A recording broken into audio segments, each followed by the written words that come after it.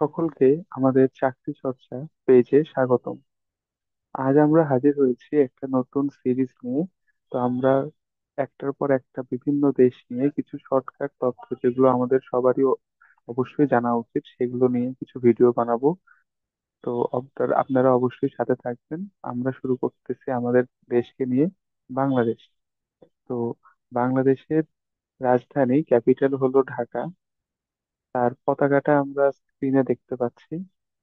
এটার কারেন্সি বা মুদ্রা হলো টাকা।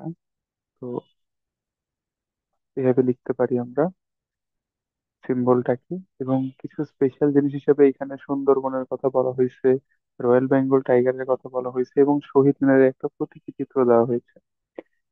তো আমাদের যে সুন্দরবন, এটা একটা ইউনেস্কো ওয়ার্ল্ড হেরিটেজ হিসেবে স্বীকৃতি পেয়েছে। বাংলাদেশকে নদীমাতৃক দেশ বলা হয়ে থাকে কারণ এখানে 700টিরও বেশি নদী রয়েছে। আমাদের এই আন্তর্জাতিক মাতৃভাষা দিবস রয়েছে 21 ফেব্রুয়ারি। এছাড়াও আছে কক্সবাজার সমুদ্র সৈকত, যেটা পৃথিবীর দীর্ঘতম প্রাকৃতিক বালুকাময় সমুদ্র সৈকত, প্রায় 120 কিলোমিটার দৈর্ঘ্যের। এছাড়া রয়েছে আমাদের পদ্মা সেতু, যার দৈর্ঘ্য 6.15 কিলোমিটার।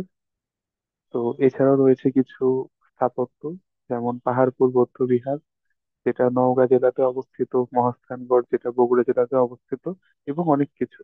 তো এভাবে আমরা বিভিন্ন দেশকে নিয়ে কিছু শর্ট ভিডিও প্রতিনিয়ত আপলোড করব। আপনারা সকলের সাথে থাকবেন, লাইক শেয়ার ও সাবস্ক্রাইব করবেন। ধন্যবাদ।